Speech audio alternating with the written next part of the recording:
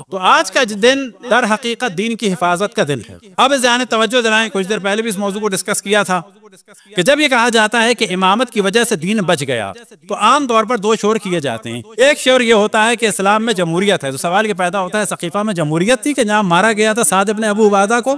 کون سی جمہوریت تھی؟ مدینہ کا محاصرہ کر لیا تھا بنی عامر نے۔ بنی عامر کون تھے؟ ان اول و دوم کے طرفدار تھے اور لوگوں کو ڈرا رہے تھے۔ جناب عائشہ کے بقول خبف الناس العمر، خبف الناس العمر، کہ یہ دوسرے خلیفہ کے لیے کہ وہ لوگوں کو ڈرا رہے۔ کون سی جمہوریت؟ بالکل بے وقوفی کی بات نہیں، کوئی جمہوریت نہیں تھی۔ تو جب بھی امامت کا ذکر ہوتا ہے تو کہتے ہیں کہ نسل در نسل ہے، نسل در نسل ہے، تو کیا ہوا؟ انبیاء بنی اسرائیل نسل در نسل ہیں کہ نہیں ہیں؟ اللہم صلی علی محمد وآل محمد۔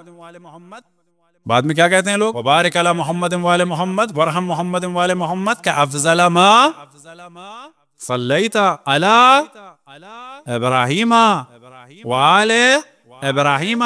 انبیاء بنی اسرائیل آل ابراہیم میں تھے کہ نہیں تھے؟ اللہ سبحانہ وتعالی نے انبیاء کی نسل سے عموماً اوصیہ قرار دیے، خصوصاً جناب حضرت ابراہیم علیہ السلام کی نسل سے، اور مولا اشرف الانبیاء بھی حضرت ابراہیم کی نسل سے ہیں، ان کے اوصیہ بھی حضرت ابراہیم کے اوصیہ کی طرح اشرف الانبیاء ہی کی ذریت میں سے، کوئی بادشاہت نہیں ہے۔ اگر آپ کو ائمہ کا انکار کرنا ہے تو پھر انبیاء بنی اسرائیل کی اس رسالت کا انکار کرنا ہے۔ ایک گیم یہ کیا جاتا ہے، اور جب کہا جاتا ہے کہ امامت کے ذریعے سے دین کا دفاع ہوا تو فوراً وہاں سے وہ لاتے ہیں کیا بات کر رہے ہیں آپ، اللہ کے دین کو کوئی نقصان پہنچا سکتا تھا؟ یہ ایک عام ان کا اعتراض ہے۔ کب کہ جب امام حسین علیہ السلام نے دین بچایا، جب یہ آپ بات محرم میں کریں گے تو فوراً کہیں گے اللہ کے دین کو کوئی نقصان پہنچا سکتا تھا؟ کوئی نقصان ہی نہیں پہنچا سکتا، تو دفاع کون کرے گا؟ اب جب غدیر کی بات ہوتی ہے امامت کی تو کہتے ہیں اللہ کے دین کو تو کوئی نقصان ہی نہیں پہنچا سکتا، امامت کی ضرورت ہی نہیں تھی۔ تو کہا جائے گا کہ جو پرانی کتابیں تھیں وہ اللہ کی تھیں کہ نہیں تھیں؟ خصوصاً تورات، کتابیں تو بہت ساری تھیں، صحیفے بہت سارے تھے، تحریف ہو گئی ان میں کہ نہیں ہو گئی؟ ہم خالی دو کی مثال دے دیتے ہیں، تورات میں تحریف ہوئی کہ نہیں ہوئی؟ وہ اللہ کی نازل کی ہوئی تھی یا کسی اور کی؟ جو دین تھا جو شریعت تھی حضرت موسیٰ کی، وہ اللہ کا نظام تھا یا کسی اور کا؟ تحریف ہوئی کہ نہیں ہوئی؟ ہوئی نا۔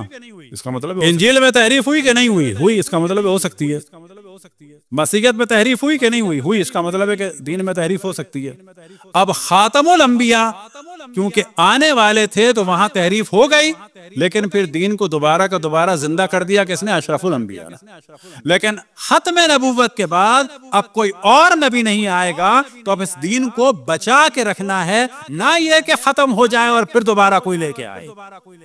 اب اسی دین کو بچانا ہے، لہذا قیامت تک کے لیے امامت کا سلسلہ اور غدیر اس دین کے دفاع کا اعلان ہے۔ اب یہ ذہن میں رکھیں کہ مولا امیر المومنین کی امامت کا، وصایت کا، ولایت کا، خلافت کا اعلان جو ہے صرف غدیر میں نہیں ہوا، یہ دعوت ذوالسیرہ سے جو سلسلہ شروع ہوا کبھی صراحتاً شروع ہوا کہ جس میں لفظ ولایت آیا، لفظ وصایت آیا، لفظ امامت آیا، لفظ خلافت آیا، لفظ مولا آیا، اور بعض دفعہ جو ہے دوسرے طریقے سے ہوا۔ مثال کے طور پہ اقضاکم علی ابن ابی طالب، تم میں سے سب سے بہتر قضاوت کرنے والے علی ابن ابی طالب ہیں۔